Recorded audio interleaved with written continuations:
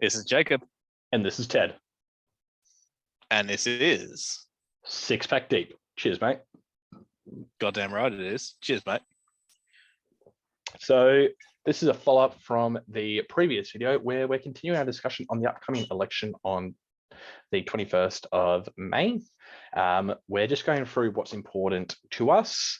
We'll also break down a couple of things that may be a deal breaker for us as well.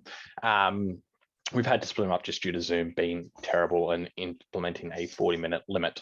So we're gonna work something out next time, but at the moment, here we are, I guess. But please do watch the previous one. We've broken down the first two. We got onto the third one. I talked about that, where I talked about the impact of media and I guess what I'd like to see done there, both for independent media and greater freedoms for them, but also more restrictions and I guess disillusion of major media outlets to try and separate, news on the TV to news and newspaper. We're actually going to do a separate video on that, so we're not going to get too hung up in that any further. But if you would like to see kind of what we discussed, jump back to the last video. I think that covered like the last 10 minutes or so, 10, 15, but watch the whole thing. But anyway, so that was, we've talked about what was on tier 3 for me. What's tier 3 for you? Tier 3 for me would be me clearing my throat for 1 second. Tier 3 for me, it's more, I feel like I've bounced around a little bit. To start with, it was economics, then it was more or less a border concern, I suppose, and now it comes back to the social element in communities. I'm going to be right back. I'm going to get you to start talking about this. Yeah, no, I will ramble, man. Are you cutting it off, or you got? Yep. All right, go, man. Go.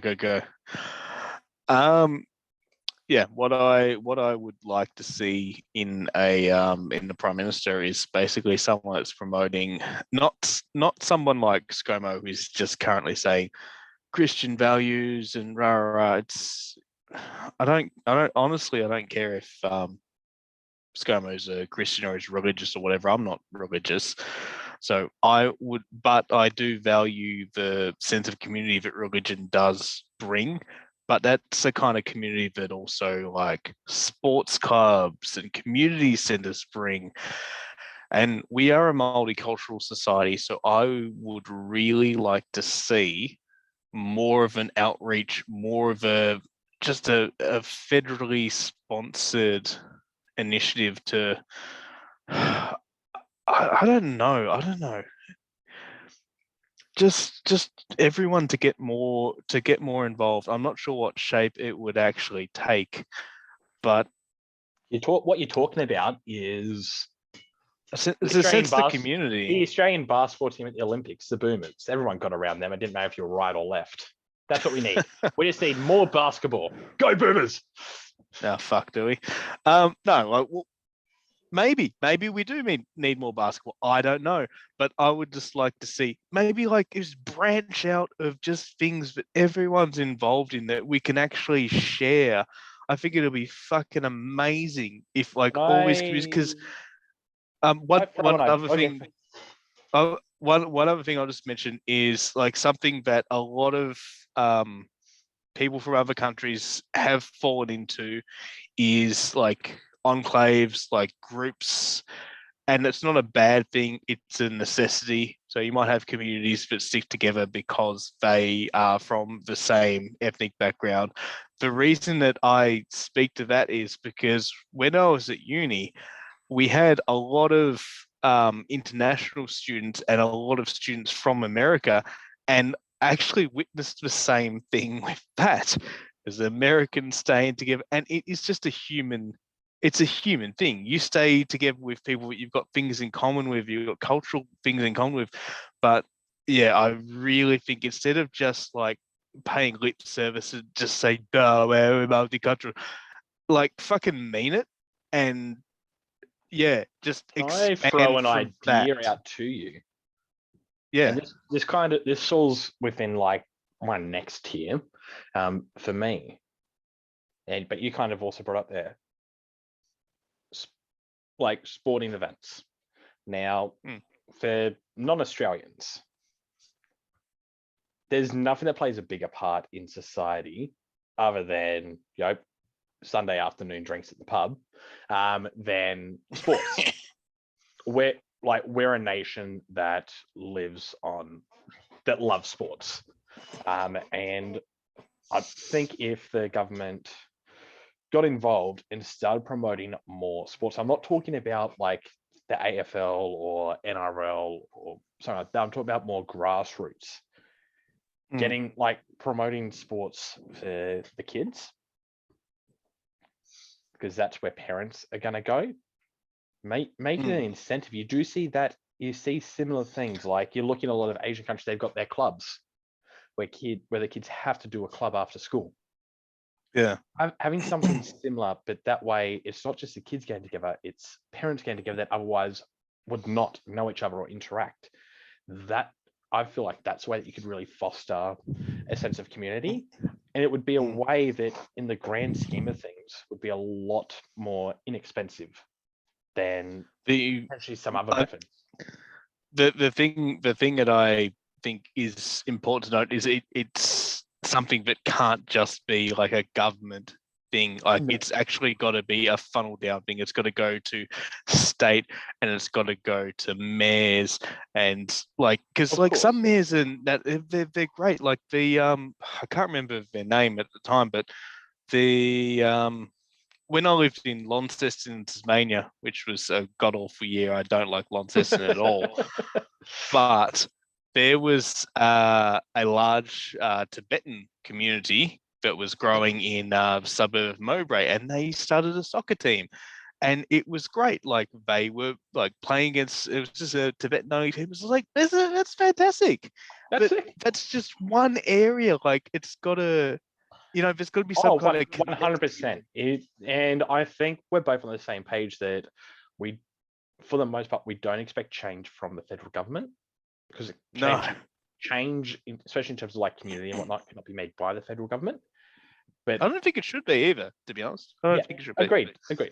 But they have the ability to allocate resources, have it funneled down where it gets to a local level. So you've got your local council. They can go to the community and find out, all right, what's important for you? So the town that I'm from in the mid-north coast of New South Wales, rugby league is the big sport. We're in Melbourne now. Rugby league is not going to be the big sport. It's going to be AFL. It might be cricket. It might be soccer. So you've got to find the sports that are, for me, I'm going to say sports because I love sports. So I can kind of talk to that. But you've got to find something that community identifies with, and then find a way to promote that. But you've got to do it at an entry level stage and then build it up afterwards. You can't just go in, we're going to get more like, reserve grade teams or whatever. People are. So do you mean you got to build it up from like you get kids interested in it as a generational kind of thing?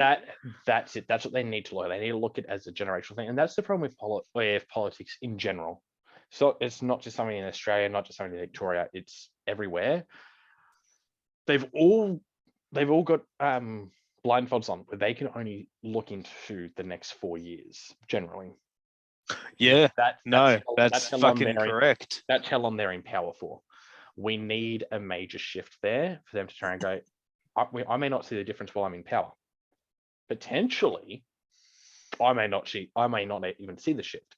But I know if we do the right thing, the shift is going to be there. And in the long run, it's going to make our country stronger. Actually, I'm going to put an idea forward. Do you know something that I think, I mean, like, it's 3 years here. Like, we're 3 years. America's 4 years. Yeah. What would you think of shortening election terms? Because then they've got no like long-term interest of prolonging their their longevity. I'm fine with what the election terms are. I don't have any attachment to it. What I would like is I would like a limit. I don't want to see career politicians. I would like Yeah, to. so I'd like us to have something similar to what the Americans have, where their president can only be elected twice. I'd like to see that yeah. for all politicians. Yeah, no, I 100% agree with that. I think that's going to be a lot more effective, because if you get that at a local level, a state level, and a federal level, where let's say the longest you can be in politics is 8 years. Let's just say 8. You're not going to be looking at it as a career. You're looking at it as a small period of your life. Let's be honest, 8 years isn't that long. Yeah, and then you can write your books, you can do your Exactly. biographies, You- you can you go can on do- public you can- speaking You can do tours. what you and- want after that, but it's going to be a lot easier for you to look at the long-term picture for the country, because that your career isn't determined by where the country is in 15, 20 years, which is what we see at the moment. There are some Yeah. politicians that have been in power for that long. So I reckon that's going to be far more effective rather than shortening, like making the elections more regular, because change doesn't happen overnight. I think 3 to 4 years is an appropriate amount of time for them to start to implement change. Now, you may not see the change immediately, but you'll be able to see the early stages of it. Yeah, no, Depending on what it is, but I think that's going to be that's where I can definitely respect that. I think that's a perfectly valid position. Perfect. Do you have anything else to add, or shall we move to tier 4, which will be our final tier? I don't have any tears left. I've cried them all, man. Yeah, no, let's go. You've taken are you up? Johnson shampoo, no tears. No, I'm taking Johnson and Johnson's vaccine. It's all tears. Yeah, so I'm going to take this last one, and for me, it's education. So, and we can look at this from, preschool all the way up to university. Is this because you don't know how to read? Correct. Excellent. Fully correct? Yes. And fully excellent. Correct. Full correction. Full correction. But no, but obviously we can look at this as a larger picture, and I do, but I'm going to focus on I guess, primary school and high school. A few things I'd like to see. I'd like to see early kids being taught earlier for things such as maths, science, and computer sciences. All kids should be taught should be learning how to code by the time they're 8 or 9. Yeah, follow the Indian model. I mean, they're fucking killing it. Yeah. So they should all know how to do that. Science is another thing that's really important. Mathematics, obviously, quite important. I think there's too much emphasis that is put on the arts, which is not going to allow us to progress. Now, decades or centuries ago, the arts definitely did help us. Not anymore. Where we're at now, it's like we're in the age of information. We need to be able to adapt. We need to be able to integrate, and Australia is behind the ball there. So I like to see that being brought on earlier. And even then, we're still going to be behind a lot of countries because we haven't implemented it yet when other countries have been doing that for the past, 10 years. But we've got to get started soon, or we're going to be left in the dust. Another thing I'd like to see, and I kind of touched on this before, I'd like to see sports being made mandatory for all kids who are able to. Obviously, if you're disabled, I understand you can't go and play footy or basketball or whatever. But hell, you can go and learn. Maybe you can go and learn to play chess. If you're mentally disabled, then that's another conversation. But we can something that's at least like intellectually valuable, yeah. Like something that teaches ideally mobility. Ideally, for me, I'd like to see both. That's why I'm just talking about like the sciences, maths, and whatnot. But when I'm saying sport, I really like, if you're disabled, I understand the Olympic sport you can do. That's why I said like chess or whatever. But for people that are able-bodied, sports, for 2 reasons. well, not 2 reasons, actually, I've got 3 reasons here. First one, it'll help us combat obesity. Mm. 2, it's going to help prevent a lot of violence. And that's something that we do see a lot of in Australia. Yeah, we've got the coward punch or the kin hit, Yep. which they're the same thing, but 2 very differing names. But so I think coward punch is more accurate, to be honest. 100%.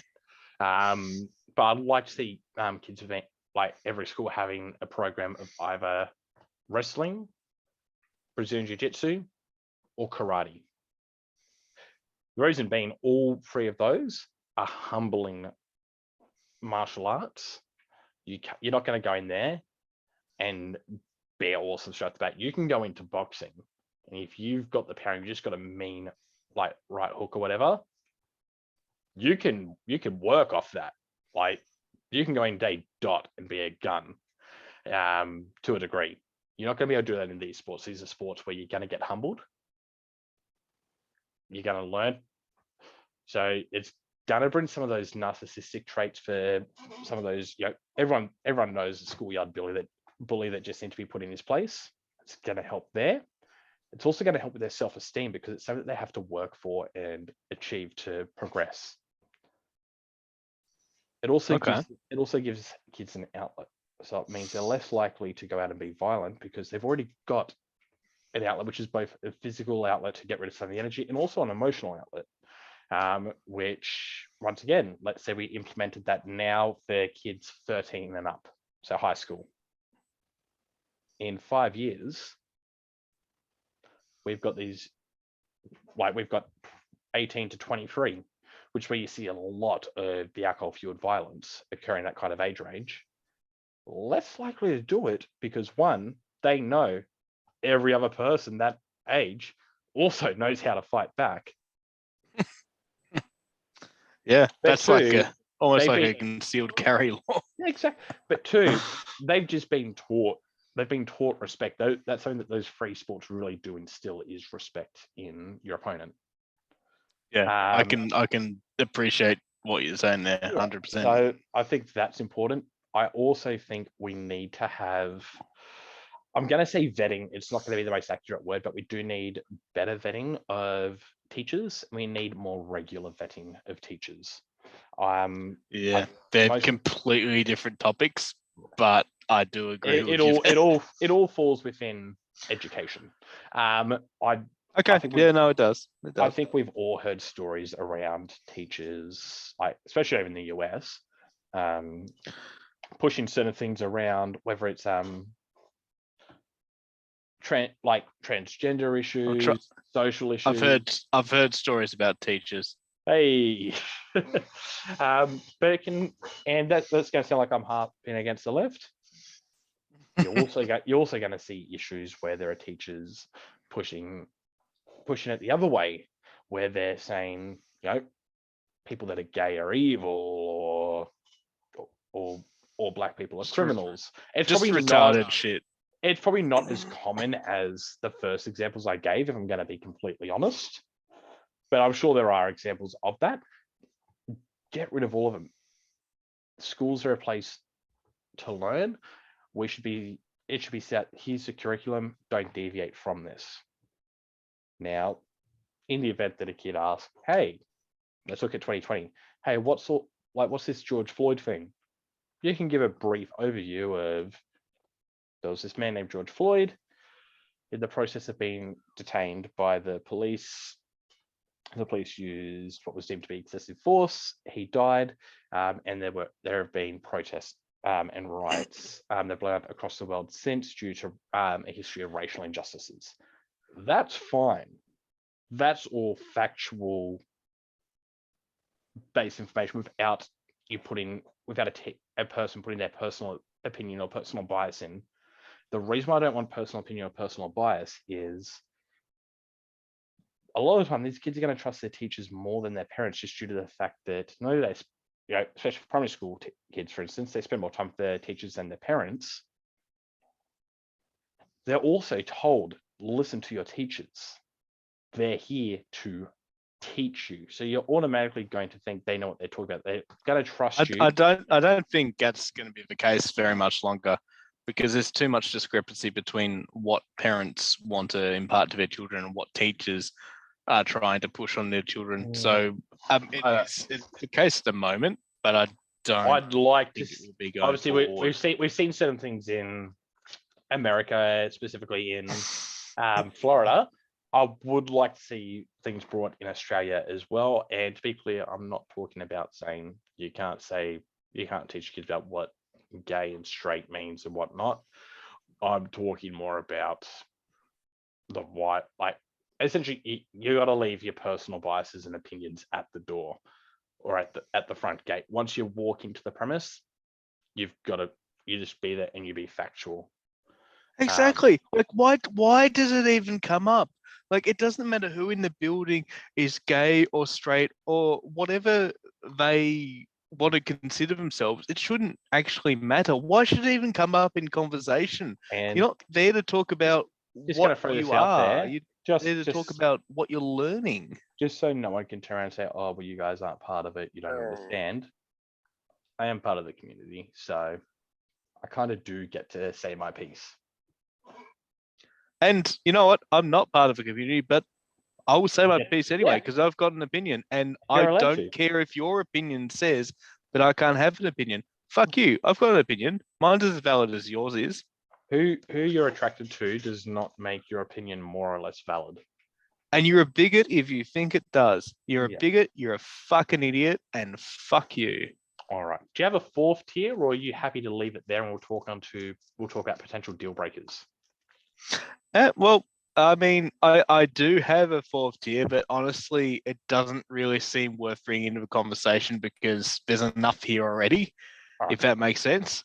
And maybe it would like to will be a conversation for another day. If you would like to know about the fourth tier, leave a comment. 1, 2, 3. Nah, that's all you get. So, I'm going to throw this back over to you.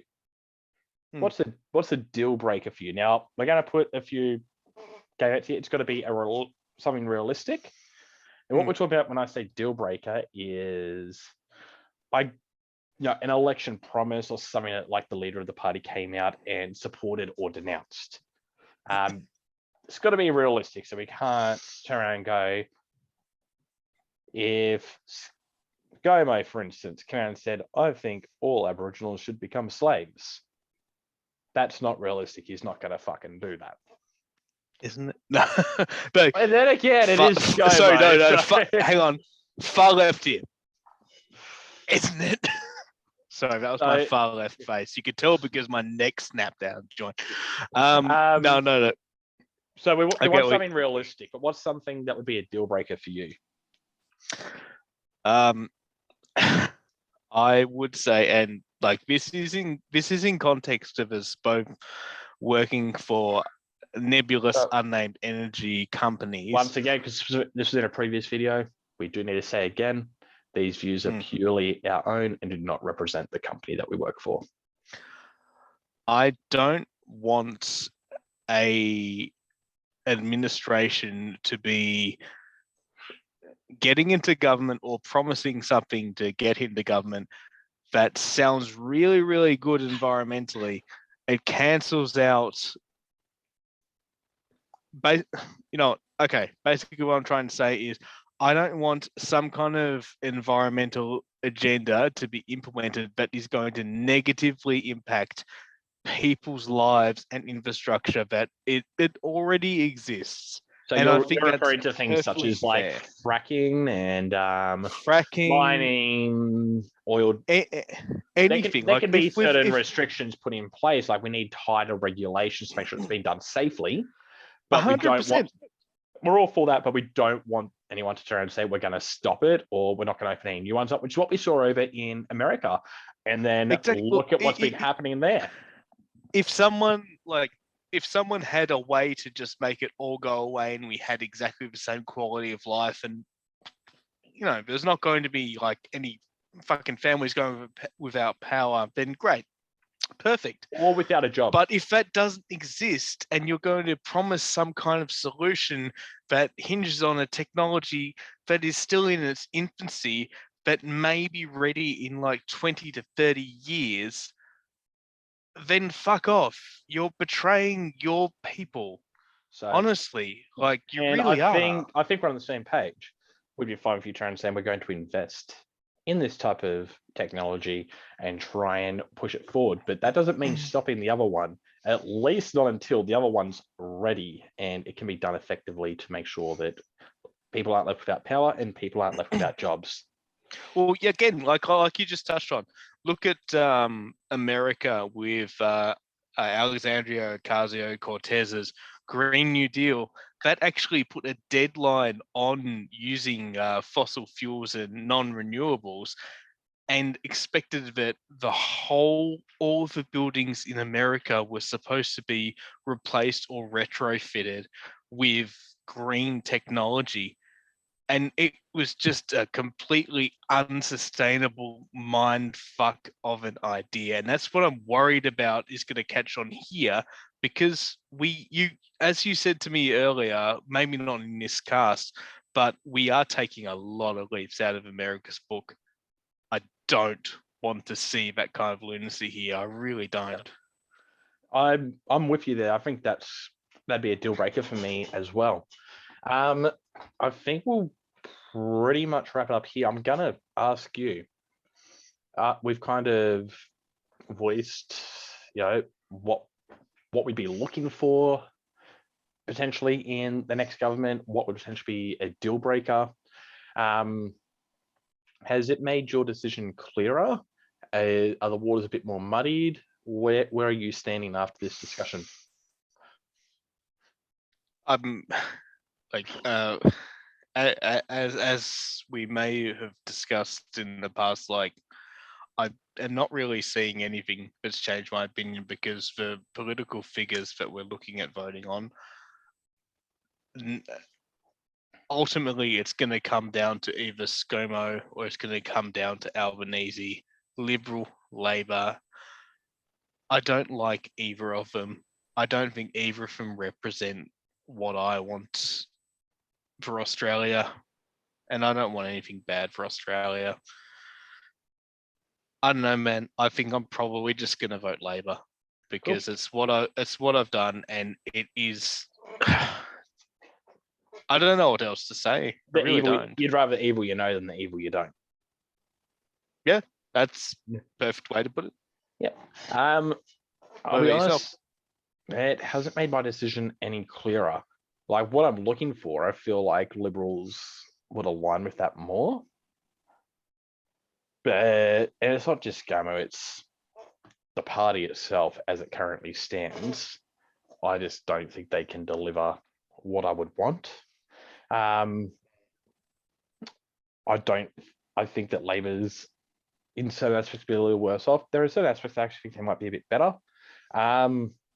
It's probably going to come down to election day for me to make a decision. That's tough, man. I mean, we should know. We should know, but we don't. That says more than probably the rest of the conversation did. All we know is that what Australia's currently got available in terms of their choice, neither is good. So, my God, it really is pretty bad, isn't it? Yeah. Well, we'll leave it there. Guys, there is a red subscribe button. It looks very similar to this. It's down below. It looks very similar to his third nipple. His fipple, if you will. So click the subscribe button. There's like and dislike. Hit either one. If you don't like it, hit dislike. We want to know. That way we can grow. We can figure out, is this working? Is it not working?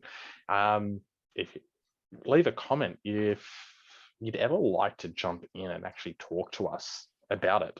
We're more than happy to have you jump on. Our only demand is that you have a beer. Well, a drink. Hey, hang on. How good would that be? Like, if people actually started commenting, we just pick like fucking person with the best comment and have them jump in and have a chat with us. Yeah. How cool would that be? Done. So if you would like to jump in, jump in. Doesn't necessarily need to be this topic. If there's a topic, if there's something you'd like to discuss, leave a comment. We'll have a look. If it's something that we, I guess, feel strong about, have an opinion about, something that we would like to discuss, we'll reach out. More than happy to do that. But if you have watched this far, thank you. It does mean a lot. And keep an eye out. We're going to have more videos coming out. And hopefully we'll have something better set up so we're not limited by Zoom. But other than that, 100%. peace out. Boys and girls, thank you.